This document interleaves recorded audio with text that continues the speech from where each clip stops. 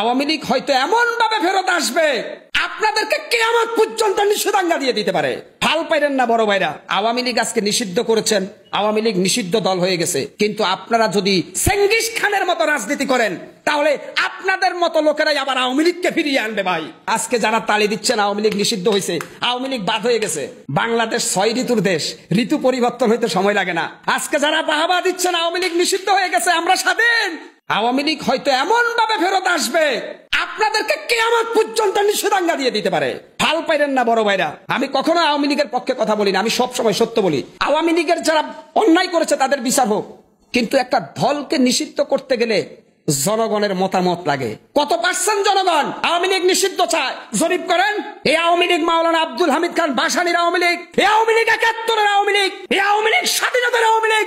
আপনি সে আওয়ামী লীগ রাতারাতি ঘটা করে নিষিদ্ধ করে দিবেন, আপনার পায়ের নিচের মাটি কতটুকু গভীর, আওয়ামী লীগের শিকড় কত গভীরে সেটা আপনি জানেন। আমি কিন্তু আওয়ামী লীগ এখনো করি না, কারণ শেখ হাসিনার উপর আমার রাগ, কিন্তু তারপরেও বলবো ভাই, আরে মানুষ তো শেখ হাসিনার জন্য আওয়ামী লীগ করে না, বিএনপির মির্জা ফখরুলের জন্য বিএনপি করে না, জিয়াউর রহমানের জন্য মানুষ বিএনপি করে, আর আওয়ামী লীগ করে শেখ মুজিবের জন্য। শেখ হাসিনা তার কন্যা, সে চলে গেছে, কিন্তু আপনি যদি শেখ মুজিবের দলকে নিষিদ্ধ করতে যান, আপনি যদি মাওলানা আব্দুল হামিদ খান ভাসানীর দলকে নিষিদ্ধ করতে চান, তাহলে আপনারা কি নতুন স্বৈরাচার হবেন কিনা, এটাও $1 বিলিয়ন প্রশ্ন জাতির।